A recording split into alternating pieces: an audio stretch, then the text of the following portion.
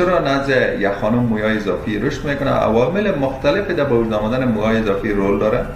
این عوامل میتونه به شکل ارثی باشه، اکثر خانم‌ها میتونه به شکل ارثی موهای اضافی داشته باشه و در بعض حالات دیگه حالات کسبی هست که از سبب بعضی امراض میتونه موهای اضافی رشد بکنه، مثلا PCOS یا پولیسیستیک اووری دیزیز اووری سندروم یک حالت است که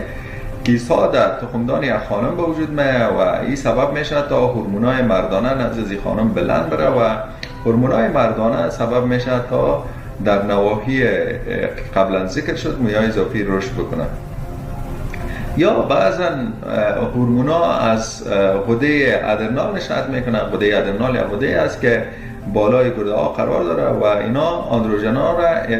تولید میکنن و یک کسی که یک خانمی که هایپرپلازی غده نزدشان موجود